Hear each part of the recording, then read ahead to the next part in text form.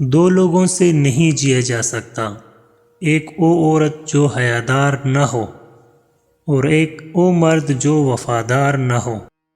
منزل جتنی مرضی دور ہو، جتنی مرضی مشکل ہو، کبھی ہمت نہ ہارو، کیونکہ پہاڑوں سے نکلنے والی نہروں نے کبھی یہ نہیں پوچھا کہ سمندر کتنا دور ہے۔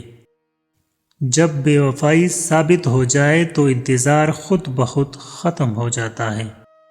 عورت کو ایک لمحے کے لیے بھی محبت کا احساس ملے تو وہ اسی لمحے میں قید ہو جاتی ہے۔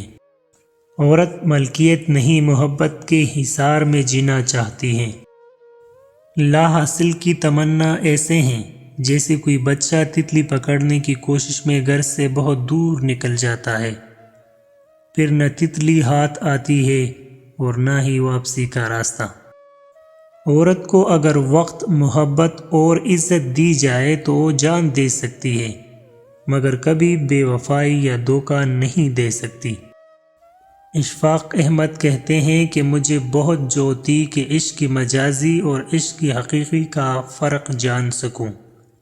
ایک دن بابا جی نے بتایا کہ اشفاق، اپنی انا کو کسی ایک شخص کے سامنے ختم کرنے کا نام عشق کی مجازی ہے، اور اپنی انا کو سب کے سامنے ختم کرنے کا نام عشق کی حقیقی ہے۔ سچی محبت ہی تو مشکل وقت میں ساتھ دیتی ہے، ہاتھ وہی چھوڑتے ہیں جو نبھانے کے قابل نہیں ہوتے۔ ڈھیر ساری نامکمل خواہشوں کے ہوتے ہوئے خوشی کے کچھ پل چرانے کا نام زندگی ہے۔ پہلے لوگ آپ کا متبادل ڈھونڈیں گے، پھر آپ کے متبادل کا متبادل، اور قصوروار بھی آپ ٹھہریں گے۔ لوگوں سے اپنے مسائل کی شکایت کرنے کی بجائے اللہ اور اللہ کے رسول کو راضی کر لو، سارے مسئلے حل ہو جائیں گے۔